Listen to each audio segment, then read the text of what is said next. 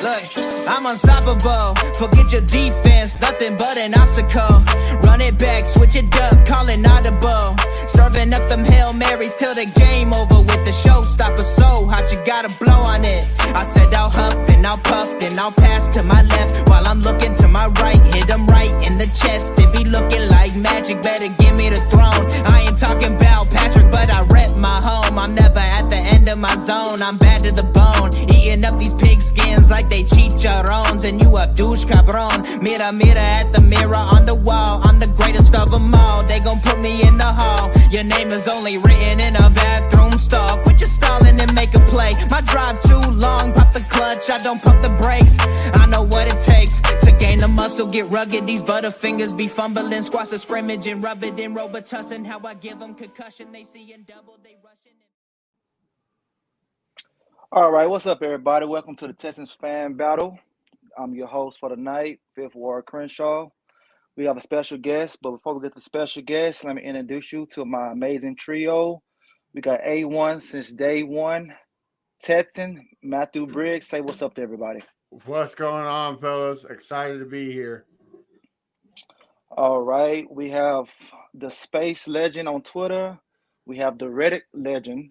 We have Mr. Brown, Chubby Bear. Say what's up to the folks. What's going on, guys? All right, now special guest for tonight. He covered the NFL, and for the Texans, works for KPRC2. We got Mr. Aaron Wilson. Say what's up to everybody. Hey, what's going on, guys? Thank you for having me. Hey, thank you for coming on. We appreciate it. We're all big fans of your work, so we're Well, thank you, guys. Yeah, I do it for you guys. It's really, if you're a reporter, you're nothing without your audience, and I appreciate all the interaction. I'm not as opinionated as the fans, and that's kind of by intention. I've always been this way, and I just try to leave myself. I always have some opinions and some thoughts and things I can weigh in about. And sometimes in a forum like this, it's a little different from the written word. I can kind of be a little more forthcoming and say or not say some things. But yeah, I'm happy to help, and it's great to talk to you guys. Cool. All right, thank you. Well, speaking of thoughts and everything, on Monday we had some news come out about Jack Easterby. And I want to talk about tell us about things that you knew about Jack and things that people don't know about Jack that we should know about Jack. Okay. All of my dealings with Jack were good. I had a good relationship with him, and I'm big on, and this is kind of one of my bedrocks of life. You can tell me anything you want about an individual, but I go off, how are they with me? That is the number one most important thing. So you could tell me, well, I don't like this person, or I thought they did this, but I'm big on if I actually know the person. And I really would say, and I've covered a lot of controversial individuals in the past. I covered Ray Lewis. I covered Ray Rice. I broke the Ray Rice story. I know Deshaun Watson. I've had my ups and downs with that story. And I think, you learn lessons in life and in journalism. And I would say you really need to check your facts. People need to know everything. And there is no black and white with most individuals. I would say that's true of Jack as well. So for some people that didn't have a great experience with him, I understand that perspective and I respect it. My perspective as a journalist wasn't that same one. And that doesn't make me an Easterby apologist. I'm a realist. I don't think anyone's perfect. But I can tell you this, people sincerely, in private conversations with me, players, folks that work there, some very important people around the league really like Jack. And you can't really discount that. So whether you're talking about Bill Belichick or members of the Texans, players like Brandon Cooks, you heard from Brandon today, that was really sincere. That's how Brandon feels. That's what Brandon would say if there was no mic. And, I would say probably what led to, him being in this situation is just that he was, he had his, jack of all trades is probably a good way to describe him. He had a lot of skill sets, his best skill set is his ability to connect with people, relationships, and to minister to players. He has a lot of impressive skills because he's very smart. He can do the salary cap. He can negotiate. He can deal with agents. He can definitely multitask. He can do the practice schedule. He can do the sports science. And that's what he was kind of sent into. He has, done some public relations. He's done statements. He's done a lot of those things. And because of the office politics and because the perception or reality, whatever it might be, that he has tried to, get power, that I think ultimately is, defined a lot of what his legacy is.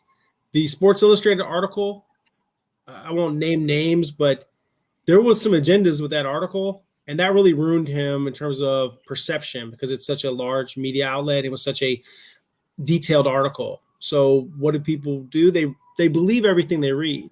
Mm-hmm. Yeah. Mm-hmm. Any of that true? Yes. Was all of it true? No. And was there a kind of a spin? And was there people upset that Bill O'Brien was fired? Were there people that were loyal to Bill O'Brien that are anonymously represented in the article? Yes, yes, and yes. And so that kind of led to a lot of his public relations problem. And then they tried to fight back with some statements, but ultimately what spoke loudest? The article. So Right. Then from there, as interim GM, he didn't screw up. He didn't really make any major moves. The one he could have made was trading Will Fuller for about, I think it was a 5th round pick from the Packers. Ultimately decided not to do that. I'm sure he would have gotten crushed for another lopsided trade. He's involved in all that Bill O'Brien stuff, all the lopsided moves, the things that are unpopular that are still slowing down the rebuild. That's all true. He also helped deliver Nick Caserio. People say, well, they wanted Nick Caserio. They wanted him for years. Why does he get credit? He was able to convince Nick to get on the plane with Cal. He negotiated Nick's contract, $6 million annually. They share the same agent, Bob Lamont. He was able to do all those things, and that's his accomplishment. I would say his greatest accomplishment. But yeah, you heard what Nick said, and I don't think this was. In fact, I know this wasn't a Nick call. This was ultimately like a Cal McNair decision, and it just kind of come to a head. I think, as one source said to me, it was time, and there are capable people. He's helped bring in some of these people like Dylan Thompson, his protege, who is great with the players, who I think has a lot of potential. I think I could see him being in a front office one day. I could see him being a leader. He's great with the players. He has a lot of, the good qualities of Jack. But yeah, it's like anybody, he's a somewhat enigmatic figure. He has his own legacy, and it's just, for people in New England that knew him when he was in the chaplain role, that love him, he has, done players' weddings before and things like that. He's ministered to players. He's helped guys with some difficult issues in the past. A lot of the things he does are very private. I would say, he was making about $3 million a year. It's my understanding. It's not about that though. It's not about the money. I think he truly loves what he does. And, I think he will have a future. Dawn Staley is one of his close friends. He knows her from South Carolina, the South Carolina women's basketball coach, very successful. Oh, yeah, she's great. I interviewed her for a profile of him when he became interim general manager. And her words probably resonate the most just of all the people I talked to for that article. And she said, people that have had a problem with Jack, it's because he got to skip steps that other people didn't. And she said it's because he's special, because he's actually very good at what he does, and he's unique. He is unique. He's a unique figure. Whether he'll wind up with another NFL team, I don't know. But I'm sure whatever he does, he'll be successful at it. And I could see him working in college sports or in the ministry or at the Greatest Champion Foundation, his foundation, or who knows? He has connections, New England, Carolina. The Texans weren't the only team that wanted to hire him. We'll see. But perceptions can become reality. And I would say this, and I'm just going to speak frankly. Dancing on his grave, that to me, I won't name any media members. That was a lot. Mean-spirited. That guy's got a family, and I don't think he deserved some of the thing. There were things that were off the record. That was dinners that we attended that's not supposed to be made on the record just because he's fired. Off the record means it's off the record forever, unless someone gives you permission. I'm sure he didn't. It's like typical kind of, and I'm in the media and I'm not perfect either, but I don't like everything about the whole media thing. Right. And ultimately, you know, I'm not sticking up for him, but I want to give you guys like actually a real complete picture. And I'm saying as much as I possibly can, but without betraying confidences or, you know, doing too much. But, you know, I would just say question everything. Don't accept someone else's opinion. Form your own opinion. Because ultimately, your opinion matters more than mine. But when you start saying like, oh, I know everything, or let me tell you what it's like, at some point I think you're kind of losing sight of, you know, what it's supposed to be about. And just want to tell the truth. And that's my goal.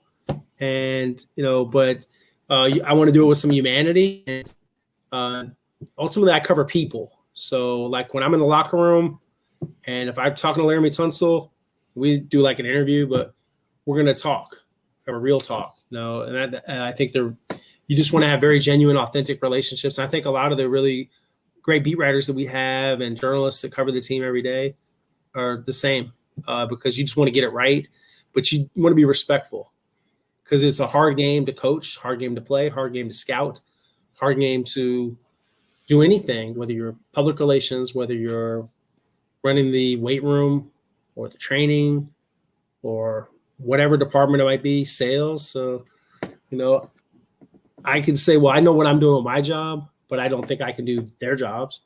You know, we had a little media combine. You guys probably saw some of that on the Twitter. On Twitter.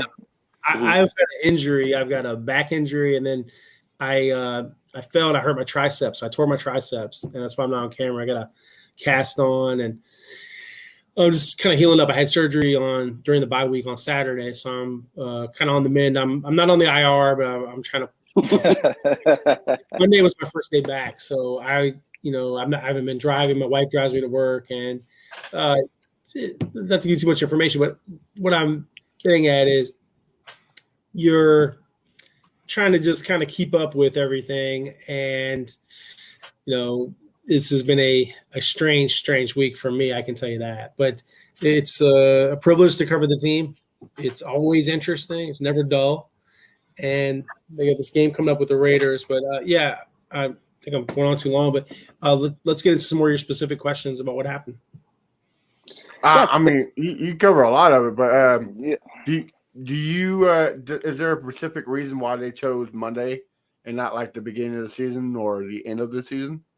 It happened over the weekend. It came out on Monday, but it was already done. Okay. And met with Cal McNair, and you know, it was a dismissal, but it was also there was some of a mutual aspect. My understanding is that that he understood that it was time that to come to accept it, and as he said in his statement, thank the McNair family for the opportunities, wished the organization well, took the high road. Since then, there's been nothing. So I haven't spoken to him or texted him. I don't know of anyone that's really spoken to him. I would say, obviously when you lose your job, it's, right, a hard time, tough time. Who knows? I don't want to speak for his emotions, but I lost my job before. I was at the Houston Chronicle. I think a lot of people know about my old experience. I stuck up for Deshaun. At the time when he had 2 cases, I truthfully pointed out that he was not. There was no audio, video, or DNA evidence of criminal behavior. Didn't mean that he acted perfectly. Obviously, time is there were a lot of other lawsuits, and there's been a lot that's going on with that one. But I know how that feels because I was written about, and I can tell you, just when you do lose your job and you're a public figure, it's embarrassing, it's sad, it's disappointing, it's frustrating. You have the whole gamut of emotions. So, give me a lot of sympathy. I would say empathy for people when they, lose their job. Not that I was cold-hearted about it, I would say in the past, but I would say I think about it. Yep. Most definitely. Okay. VT, you got anything? Yeah. VT, you got some?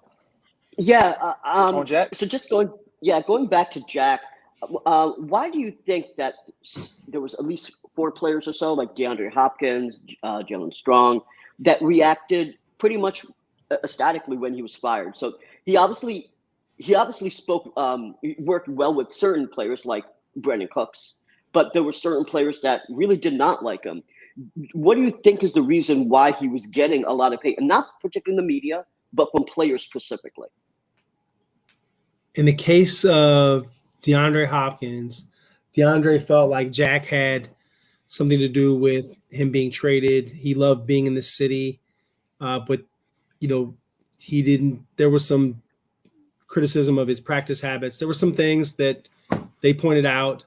Some of it, I think, got a little personal. The relationship ultimately between him and Bill O'Brien is the main reason he's not here. It's not Jack Easterby. And I would say the main person he would probably have the most reason to be angry with for the trade would be Bill. But it has worked out for him. He's gotten paid. He's in a great city, and he's having success, and he'll be back from the suspension and continue to have success. With Hop, I think he, I don't want to speak for him, but he looked at Jack as part of that move to move on from him, talking about culture. And, for all he had done for the team, I'm sure that's highly frustrating because he had put it on the line and he was a star and he had always come through in the clutch. But, for Andre Johnson, and Andre's spoken on the record about this, Andre just felt like he wasn't qualified. And Andre said it. And Andre, he worked in the building. He was an advisor to Bill. He didn't have like a significant football role, but he was there. And ultimately he decided he wanted to step away. That was on his own choice. Like he wasn't fired or anything like that. And I remember talking to Andre at a school event after he had left. I noticed he wasn't at practice anymore. And we asked him, and it was me and Mark Berman from Fox. We were there, and yeah, he just said, I'm focused on some other things. So he moved on. But he felt how he felt. Jalen Strong, that definitely, I don't think there's, in fact, if my dates are wrong, I wouldn't say they overlap at all. Jalen, I think, was gone by then. So I don't know if Jalen's like the greatest example. Garion Conley, who was acquired via trade and had a lot of health problems, so he would be able to speak firsthand to what it was like under that regime of the Bill and Jack tandem, and previous to that, Brian Gaine. He had a hand. He is, said he didn't. He said that's all Bill O'Brien. Bill and Brian Gaine had a falling out. He did leave shortly after Jack's arrival. A lot of this has been pretty well documented, but for players that just don't feel like he was qualified or thought he was, two-faced or, not a genuine guy, that was their experience with him. So I think they're just speaking honestly and speaking from the heart how they feel. And I would say that, whatever they're saying, that's valid because that's coming from them. And those guys are, they're not making up how they feel or embellishing. That's how they feel. So I think you just have to respect their opinion as valid. And as people probably, for anyone gets this twisted, I didn't sit in here and defend him. I just said, I think he did some good things too. And that's what Brandon Cooks was trying to say. That's what Nick Caserio was saying on Texans radio. And these are people that know him a long time. So that's valid too. But it's just like anything. I think if anything, given where his role was for this season and the diminished, I don't think there was any real juice or power at this point. He was a guy that was trying to serve the building. He was involved in a lot of behind the scenes things involving sports science and the schedule and a lot of the things that you just are fall into your role of football operations. That's not picking the players. That's not scouting the players. That's not saying which players they should work out. All of that is handled by Nick, and Nick is the boss. Who's the boss of the Texans after Cal? Is Nick. And Nick's the one with the power. Lovey has has say, but it's Nick. Nick is the boss, not Jack. Jack ceased being a boss as soon as Nick got here. as soon as the interim general manager thing ended. That was the height of his power. But after that, I think it waned each year. And this year, it really wasn't like he was, had a lot of flex. But, the things he was doing, they were important. And as Nick said, they'll have to figure out a way to delegate a lot of that. And people will have to shoulder more. Everyone will have to do more. But these won't be things that I think that will show up for media or fans. Can I just ask one more question? So I understand what you're saying is that Nick was basically the boss. However, and I do believe that. However, one concern that I have is why was Josh McCown even the conversation? Because from everything that I've heard, that was really Easterby's guy. Yet we interviewed him 3 times total, twice, the previous search, and then once prior to that. So, I'm sorry. Can you tell us anything about that? Yeah, I'll tell you about that. He was someone that got to know Jack in the speaking circuit for Christian men's groups in the Carolinas. And he saw what a lot of people see in Josh is great leadership, charisma, and football intelligence, and incredible potential. Keyword, potential, unproven, hasn't coached beyond high school. He's not the only one that thought he could be a head coach. So did friends of his like Steve Smith, who's Hall of Fame receiver. He wasn't the only one that saw potential in Josh McCown. The Jaguars did interview him. It was more of a conversation or so than a serious head coaching interview. He has a future in coaching when he wants to have it. But Cal McNair felt like you can't just hire a high school coach and make him the head coach. What I think he was capable of doing was if he had wanted to step away from being around his sons, who both play football, he could have become quarterback's coach, passing game coordinator, assistant head coach. There are many things, but he needed to be willing to start off at that. And for Jack, he was someone that, saw something special in Josh to the point where he felt like he deserved consideration. Hines Ward was not going to get head coach. He interviewed too. And that's another former player that didn't have a big coaching background. He's now a head coach in the XFL. But yeah, sometimes when you are a Josh McCown and you're a bit unique because you've been a backup quarterback for 20 years and you're really, really smart. The Eagles had wanted to make him offense coordinator before. And they run a pretty good organization with Howie Roseman. They won a Super Bowl. So it wasn't like this guy was some kind of slappy. I mean, he's legit. But it wasn't something I think this organization was ready for, or the league, mind you, with going on the lack of minority coaches for a guy that's, is a white quarterback. It was already getting dunked on so much that it would have become even more of a problem. And I was getting, I guess, a lot of backlash even from writing just like, what's the upside of Josh? And interviewing people that know him and like saying, okay, well, what does this guy bring to the table? What could he do? And people that know him well, like Steve.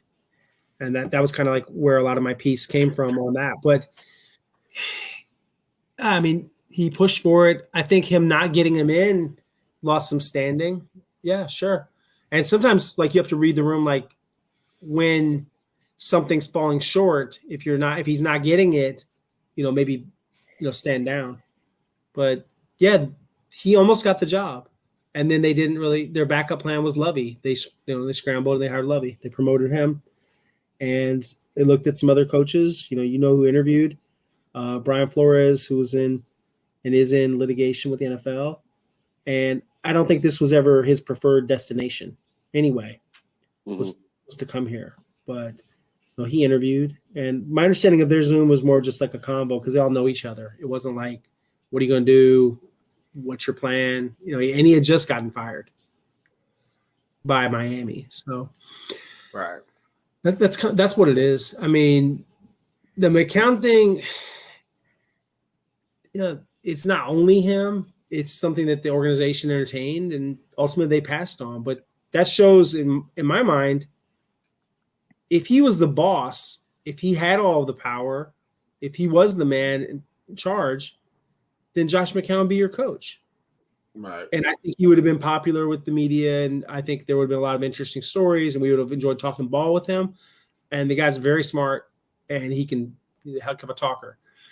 Whether they would win that way, I mean, who knows? You have Lovey running the defense, possibly. Maybe that would have worked. Maybe they could have worked together. I don't know. We'll never know. It never happened. I do have a quick follow-up because it sounds from what you're telling me that yes, that Josh McCown was the Easterby's guy, but Nick was okay with it as well, and Cal was the one that said no. Is that what I'm reading from you properly? I don't know. Okay. I've never heard definitively how Nick felt, so I don't want to speak for him or Dane to speak that I know what Nick felt or thought. Nick keeps it pretty close to the vest, so I don't know. Okay. So one more last question on Jack Easterby. Was it true that they was going to hire Omar Khan and Jack, interfere with that? I did not hear Omar was going to be hired ever. I do know some people close to Omar. I heard that Omar thought he had a good shot, but the job was Nick's. It wasn't going to be Omar. And there were some people, like Trent Kirshner, that felt like their time was wasted, that the job was already going to Nick. So I think all roads pointed toward Nick. It was Nick or bust. And Jamie Roots didn't like that. He wanted the search committee's recommendations, that type of thing. Ultimately, it was steered toward Nick Caserio, and time will tell. I think I feel like he's doing a good job. I think he's doing the best he can with the rebuild. The record doesn't say it, but they are a more competitive team this year, and the draft class is looking promising. These guys need to play more ball.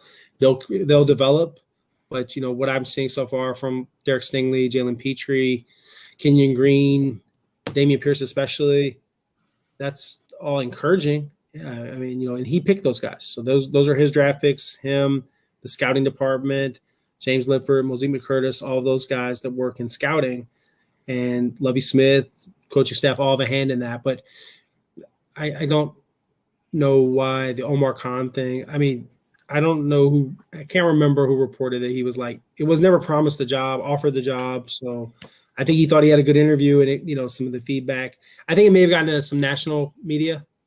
And so some of them may have wanted to, you guys probably can figure out how this works. Sometimes say something nice because that's their guy and, he's helpful, those kind of things. And they hope that if this guy gets the job, maybe I'll get some information, things like that. So, but nothing's done in a vacuum, right? Right. Yep. But yeah, okay. I'd almost forgotten about that. It feels like a lot has happened since then. Yeah, it's been a whole lot. All right, well, let us get your predictions on the Raiders, and then we can let you go and do what you got to do on the rest of your night. What's your prediction for the game on Sunday, and who do you think is going to come back and play, like Christian Harris or anybody else going to come in and play? I think a close game, and they can win it if they don't have any turnovers, and if Damian runs the ball the way he did in Jacksonville. They found a formula. I think they could win this game. There are some really tough matchups, like Max Crosby and Devontae Adams. So, I thought they would win the last game, and they did. And this time I'm feeling a little more pessimistic. I just feel like Las Vegas may have a little more talent. It does help that Darren Waller looks like he may not play this week because of his hamstring. I'm going to say just feel like Raiders win a close game. Awesome. You think it will be a close game? Okay. I think close. I don't think they get blown out. I don't think a lot of teams can blow them out. I think that they know how to stay in games. Okay. And if anything, I know no one's about moral victories. This isn't high school football, but there's something to be said for they're not terrible. They're a team that can do some things. and I'm a big believer in Damian. You'll have to have a big game. If that happens, they'll be in the mix. I don't know if they can stop Josh Jacobs. They haven't stopped. This run defense is not getting better, not much at all. And you have questions about injuries. I'll run it down for you who I think's up. I think Christian Harris will be up this week. Great. Thomas was not designated for return. I think it's going to be more of a week or two from now with his quadriceps injury. Brevin Jordan, I expect to be up based on what I saw at practice Wednesday. John Grenard's off the injury report, so you get him back from the sprained ankle. Awesome. Hughes it was a rest day, not a knee day. I mean, it said knee, but I don't think there's anything really bad with his knee. And then Brandon Cooks, it was a day of rest. There's been a lot of speculation about Brandon, if you want to ask me about that. But I think before we go, but they're fairly healthy. They don't have like an extensive injury list. Malik Collins doesn't practice like every Wednesday to kind of let his knee get some rest, and that's just kind of like the way they're handling him right now. And yeah, I would say they're good to go. I don't know about Chris. I haven't even checked. I don't know. It doesn't look like it's trending toward him. And Nico practiced. I saw Nico run routes. Nico Collins, he was limited, but he didn't look real limited to me. He looked good in practice. Okay. So last question from me. Do you see any trades before the deadline, or you think they're going to stay put? I think it's unlikely that they do any type of fire sale. I just don't know if they have enough players that everybody else is going to want. Brandon Cooks is the most attractive trade target other than Laramie Tunsil. For salary cap reasons, it's very hard because of the dead money. And yeah, well, I'm sure that, he would love to be playing for a winner. I just don't know if it's going to happen. I don't anticipate Brandon being traded. I'll be surprised if Brandon is traded. And I do think that people will make inquiries and there'll be some more reporting between now and then. Of course, things can change, but I don't anticipate it. It would also send a great message about, well, you think you can't win next year? It's all about draft picks. They've already got a lot of draft picks. Right. And if you're not getting a second-round pick, which is, they weren't last year, if you're not getting a second or the equivalent in terms of trade value, why did you trade? You just signed him to a contract. Right. And you're going to take on a bunch of dead money. I don't think it makes sense. And I don't see that many teams are like a receiver away. I don't think the Rams are. I don't think the Packers are. I know the Chiefs are interested in Odell Beckham. I think he'd be nice with the Chiefs. And I think that'd be a good spot for him. But I haven't heard that that's happening at all. So, we'll see. I think that it's fluid. But, no, I'm not hearing like there's some kind of fire sale going on with the Texans. He did one move last year. He traded Charles Omenihu. Charles was deeply unhappy with his lack of playing time. So, basically, he did one other trade. Mark Ingram, right? Yeah, Mark Ingram. Unless I'm forgetting someone. And that was to accommodate Mark. So in none of those was he like, oh, I'm looking for a lot of draft picks. I'm looking for big compensation. All right. Well, let me ask you, can I ask a question on Brandon Cooks? 1 second here.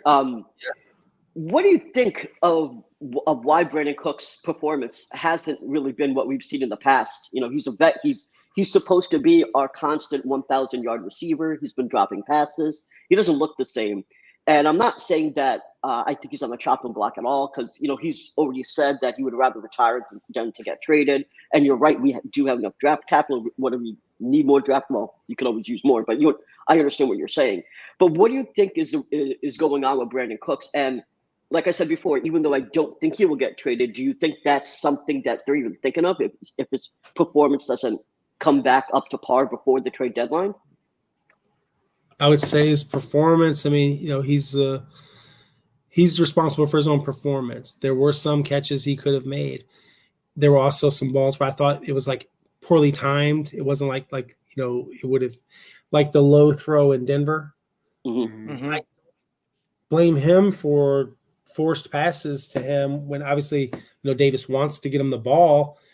It's not his fault that the balls, shouldn't have been thrown. Davis and him had a really strong connection during his rookie year. Everyone thinks, and this is kind of a more complicated thing, but I want to break it down really fast because it is related to Brandon. I've written this. You're asking Davis to do more. He is a more advanced quarterback today than he was last year because he's being asked to read the entire field. And he is involving Nico Collins, and he's occasionally throwing to tight ends. And they've kind of made him a game manager because he had those 2 interception games back-to-back, Chargers and Bears. And they're a running team now. He was only reading, and he was mostly just throwing to Brandon. He targeted him, I think it was either 134 or 139 times last year. When you have that high volume of targets, you're going to have success, and he's getting him the ball faster. There's a tight window, and I think sometimes the ball is getting there late. And right now, that they're not in sync. And they could get there because they were there before. And I think defenses obviously know to load up for Brandon, and he sees the best corner. Davis, and both of these things can be true. Davis isn't playing as well as his rookie year. Davis also is being asked to do more and is a more complete quarterback today than he was last December when he had the final 5 games, 9 touchdowns, 2 picks, and was on something of a roll and got everyone's optimism up or hopes up or whatever it might be. So, yeah, I would just say, look deeper at it and think about what they're asking him to do. Watch him make his reads, watch him process. And he's making some bad decisions. So we're finding out, what is his ceiling? How high can this quarterback go? And, that's conversation maybe for another time, but we could do this again. It doesn't have to be our only talk, guys. But I would say he's doing more, but his connection with Brandon has suffered, while his connection with Nico has improved. Right. You can't always do everything at once. He was the perfect quarterback.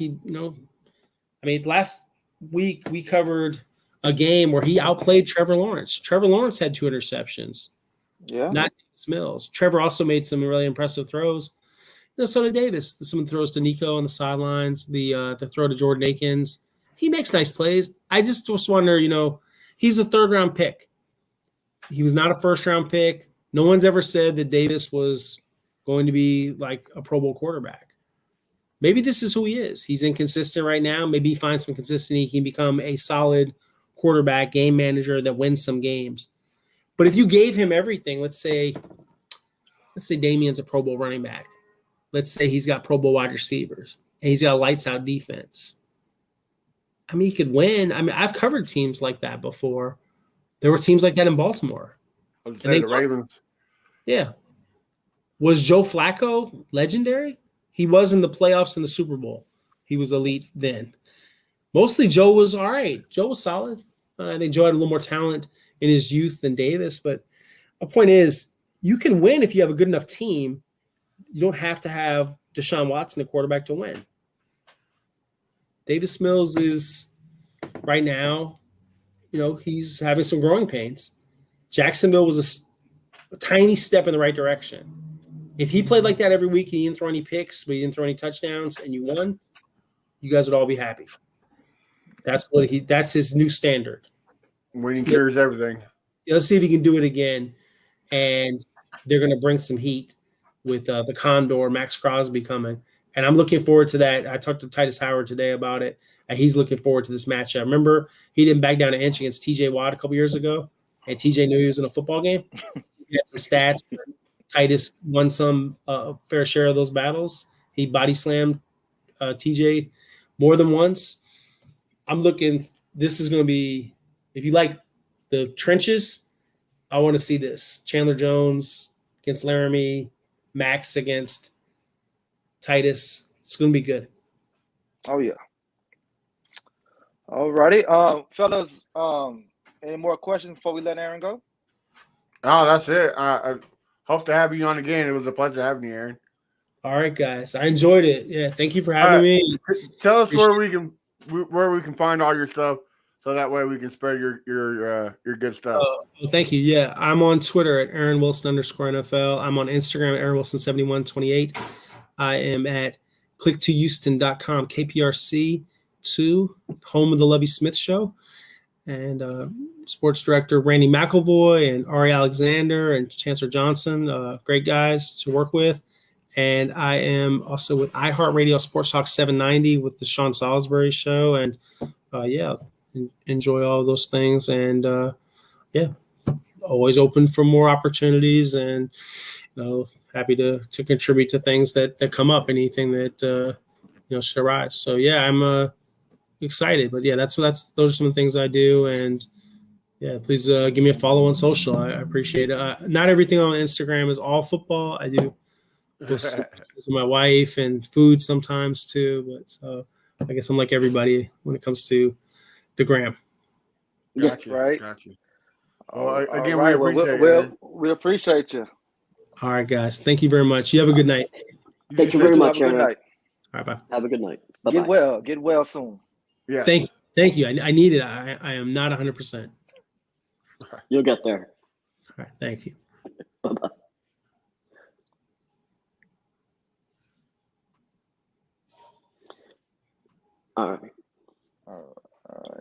All right. So that was Aaron Wilson, everybody. Great to have him on. Great guy. Pretty sure if everyone follows him, if you don't follow him, you're missing out. So let's get back to the show, fellas. We're going to try to keep this about a good 5-6 more minutes so we can get up out of here. VT, give me your predictions on the game on Sunday. So I don't want to get blowout.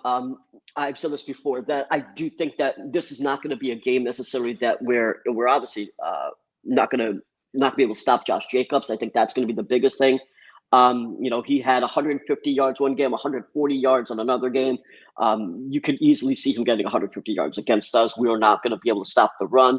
The cool thing is we'll be able to see Christian Harris, as Aaron Wilson said. So, if he's out there, maybe we can actually see something where we can kind of see some flashes of stopping the run. That's what I'd like to see. Overall, I think that it's really going to be more like a 35-21 type of game. So we're not going to necessarily get blown out, but I don't see us eking out a win. I will say though, as much as I'm predicting us to lose, it's my birthday when we play. And so I have to say that hopefully that I can throw up a little good juju over there, and let's eke out a win. But that's my hope. But realistically, I don't think we can win this one. Oh, okay. Mr. Matt, talk to me, bro. What you think? Texans by 50. 12-0. Go to the playoffs, baby. Now, it's like Aaron and BT said, man, it's all about stopping Josh Jacobs. I don't think we can, but I think Josh McDaniels is going to pull a Frank Reich and a Doug Peterson move, and that's for some reason quit running the ball in the second half, and that's going to help us. So look, like Aaron said, if you watch this team, it's kind of like a more morale victory team. They play a lot better than what people think. This team has heart, so I don't think it's going to be a blowout, but I do think it's going to be a loss. Sorry, VT. I know you want to see a win for your birthday, but I'm going to say 17-13 Raiders. But I will say Derek Stingley gets another interception. Okay. I don't think we can stop the run, but I'm intrigued on Christian Harris. The last thing in my head is from the championship game where he balled out. So that's why I'm so happy to see him play. I really want to see the way Stingley holds Devontae Adams. I wish they put man him up. Just at least 50% of the time, man him up. Let me see this guy, man. I really don't like him in the zone. Like Aaron said, the trenches, that's going to be a great watch. I'm thinking Crosby's going to get the best of Titus. I hope not, but I think he is. But I see us losing this game here. I'm going to go 20. I'm going to go 20-14 Raiders. All right. I'm surprised you guys are going so low scoring. I mean, they've scored pretty much in the high 20s to low 30s every single time. I just don't see them scoring a lot on us because we don't give up a lot in the red zone. We don't give up. I mean, I think we only gave up one touchdown all year, right? In the red zone, yes. In the red zone. Yeah. So So I don't see them scoring a lot on us. Now, if they run the ball, then yeah. But I think after they run so much, I'm hoping Lovey make an adjustment like he did against Jacksonville. He made adjustments and everything. But I'm gonna keep it at 20 because that Chargers game that was a fluke because first possession interception. They scored. Yeah, so that's why. Yeah. But like I said, this team is very overlooked. This defense is, yes, the run defense is terrible, but it's also a very good defense.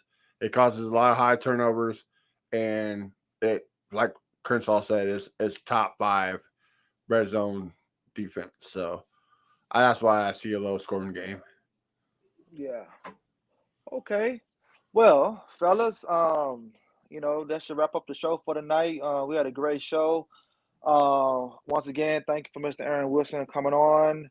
And VT, can you tell everybody? Wait, matter of fact, before we go there, let's talk about these balls. Let's talk about Manscaped. Let's talk about Manscaped before we get up out of here, man. Matt, talk to us about it, baby. Look, your life is rough, but your balls don't have to be. Look, go to manscaped.com, 20% off, free shipping. All of us have got a package from them to help our package, and it's been great. So y'all do the same. Check it out. Again, it's manscaped.com, Fan Battle. Who doesn't like 20% off and free shipping? Right. So go ahead and check us out. Help us help you. Exactly, man. Get them balls clean. All right. So that's what I was saying. Mr. VT, tell the world where we can find you at. You can find me on Twitter at Brown Chubby Bear. You can find me on Reddit at Chubby Brown Bear. Come up in one of our spaces. We have them pretty regularly. We talk about Texans football, and obviously we've been talking about Jack Easterby quite a bit. So hop in, say hi. All right. And Matt, tell everybody where they can find you at, man. Been keeping it real since A1, Day 1 Texans. You can find me on Instagram at Matthew Briggs. Guys, also make sure you follow the Texans Fan Battle Instagram. We got a lot of new cool things going up. We got our prediction, the Guess Who Friday. Last week we had our favorite guest on here, Moby Koye. A couple people got it right, a couple people got it wrong, including BT. So we're doing little things. So make sure you check us out on Instagram and TikTok. So yeah, a lot of new things coming. All right, and I'm your host for the night, Fifth Ward Crenshaw. I'm Fifth Ward Crenshaw on Twitter, Fifth Ward Crenshaw on Instagram, I'm Fifth Ward Crenshaw everywhere. And this was another amazing show from the amazing trio, Texas Fan Battle, and we out. Bye. Go Texans.